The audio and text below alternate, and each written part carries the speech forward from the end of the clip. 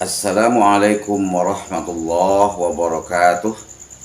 Alhamdulillahi wa kafa, wassalatu ala nabil mustafa wa ala alihi wa sahbihi wa mawala. La hawla wa la quwwata illa billah.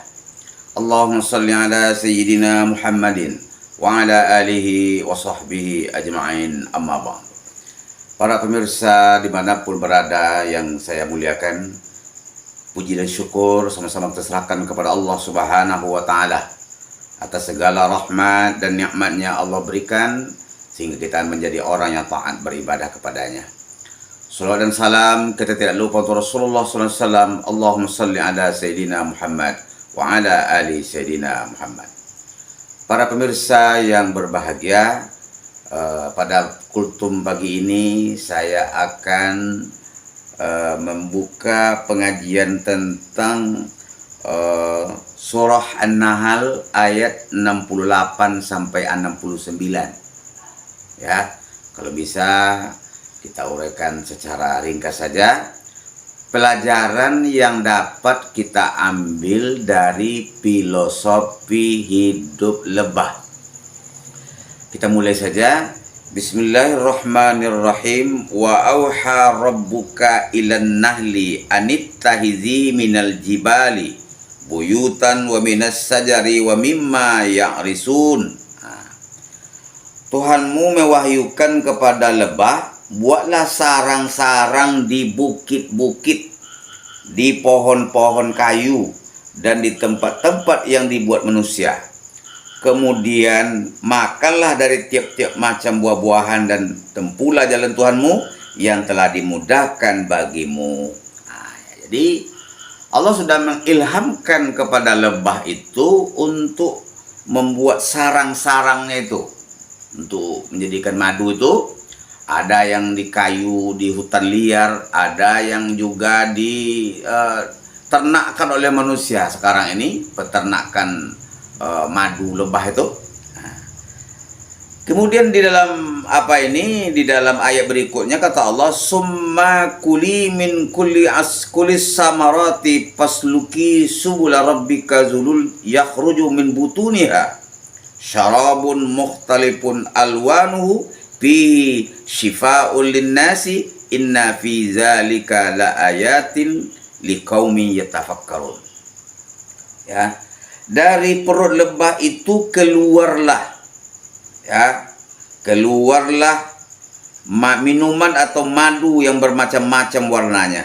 Di dalamnya terdapat obat yang menyembuhkan bagi manusia. Sesungguhnya yang demikian itu benar-benar terdapat tanda kebesaran Allah bagi orang-orang yang mau berfikir.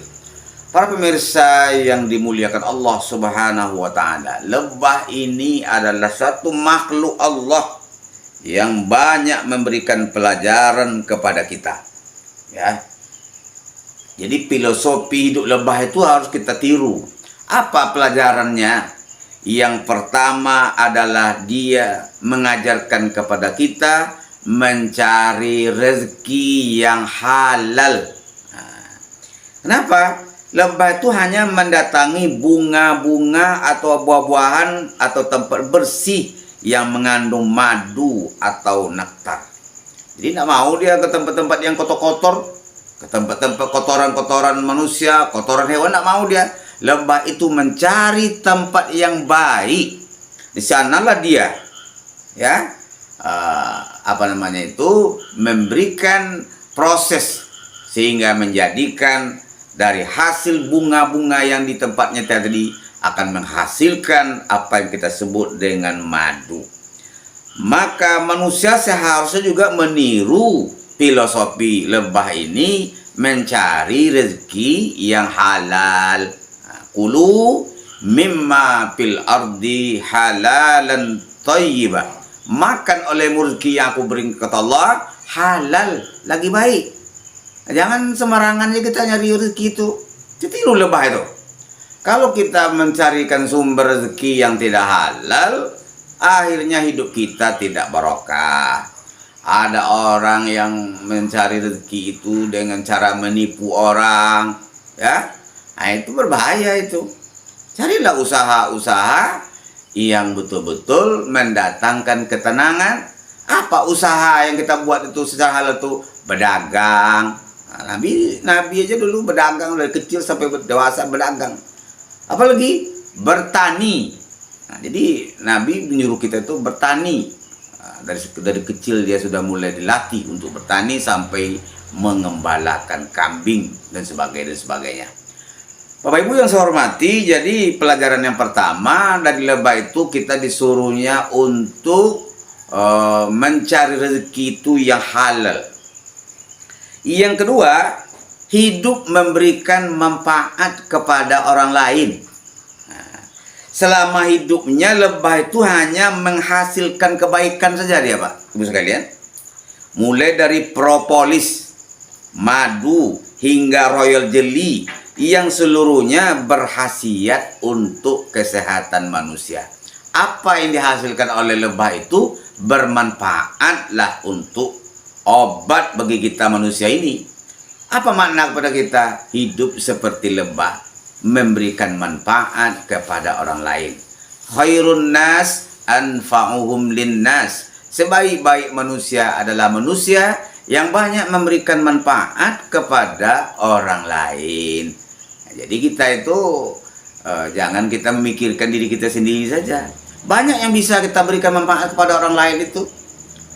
Ya, ada mungkin dari segi tenaganya, ada dari segi nasihat, ada dari segi kegotong royongan, ada dari segi keuangan sebagainya. Pokoknya banyaklah kita memberikan manfaat kepada orang lain. Nah, itu yang kedua Bapak Ibu sekalian.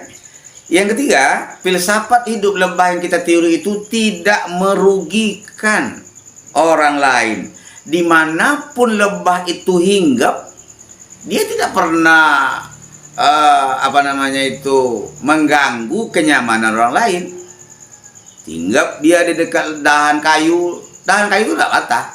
Hinggap dia dekat kayu yang satu lagi, malah dia meninggalkan oleh-oleh, meninggalkan sesuatu yang bermanfaat kepada orang lain. Jadi hidup kita itu tidak boleh berbuat kerusakan. Wala tabghil fasada fil ard. Jangan kamu berbuat kerusakan di muka bumi ini. Banyak pula zaman sekarang nih Bapak Ibu sekalian. Pergi ke sini dirusak pula ini. Nampak lampu jalan tuh dilempar, pecah sekali. Itu merusak nama itu. Pergi ke tempat orang berteduh, dikasihnya buang kotoran di sana. Itu merusak namanya itu. Bapak Ibu sekalian. Jadi hidup itu jangan merusak, tapi hidup itu tebarkan kebaikan. Tebarkan kebaikan dimanapun kita berada. Saya selalu menyampaikan satu sastra kepada masyarakat. Kalau kamu ingin menangkap kupu-kupu, jangan ditangkap kupu-kupu itu. Dia akan terbang, liar dia. Tapi tanamlah bunga dekat rumahmu. Dengan kamu menanam bunga, kupu-kupu itu akan datang. Lebah pun akan datang mengantarkan madu. Apa maknanya?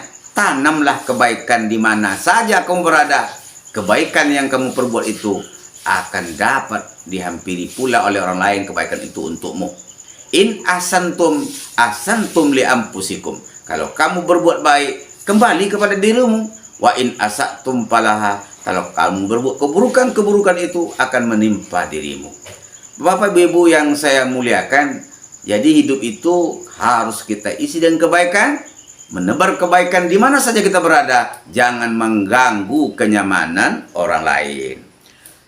Bapak Ibu yang saya hormati, yang keempat, tidak melukai, tidak mengganggu orang kecuali dia diganggu. Lebah itu kalau sudah diganggu, kemanapun kita pergi dikejarnya, Pak. Apa maknanya? Orang beriman itu jangan coba-coba diganggu. Kalau diganggu akidahnya, kalau dirusak agamanya, dia tidak tinggal diam. Orang beriman kalau agamanya sudah dicaci maki, Al-Quran sudah diinjak-injak, akidahnya sudah direndahkan oleh orang lain, nah, orang Islam itu tidak tinggal diam. Dia akan berusaha mempertahankan kemuliaan yang ada pada dirinya. Begitu lebah itu. Kalau dia sudah diganggu, kemanapun pergi dikejarnya, Pak. Pengalaman daripada orang tua saya dulu, Ketika zaman-zaman dulu tinggal di di rumah ladang, dia pergi dikejarlah oleh lebah yang begitu banyak, Pak. Padahal bukan dia yang mengganggu sarang lebah itu adalah burung elang. Burung elang itu yang mengganggu sebenarnya. Burung elang itu sudah lari dia. Maka karena dia diganggu tadi, dia dikejar oleh lebah. Dia masuk ke dalam, orang tua saya masuk ke dalam sungai, dikejar di situ sampai di sungai itu juga. Masuk ke dalam polongan, lintah pula yang sudah menggigit segala macamnya. Inilah, maka dalam hidup ini kita harus pertahankan akidah kita. Kalau agama kita sudah diganggu, Al-Quran sudah diinjak-injak, akidah kita sudah direndahkan, umat Islam harus bersatu mempertahankan agama kita sampai titik darah penghabisan. Inilah mutiara ilmu pada pagi ini. Saya mendoakan semoga para pemirsa semuanya diberikan kemudahan rezeki, dimudahkan segala urusan, sehat selalu, sehat dalam ekonominya juga, sehat kesehatannya, sehingga dapat melangsungkan berbagai aktivitas kehidupan kita di dunia ini. Amin ya rabbal alamin. Kita tutup dengan alhamdulillah rabbil alamin. Perbanyak maaf. Wassalamualaikum warahmatullahi wabarakatuh.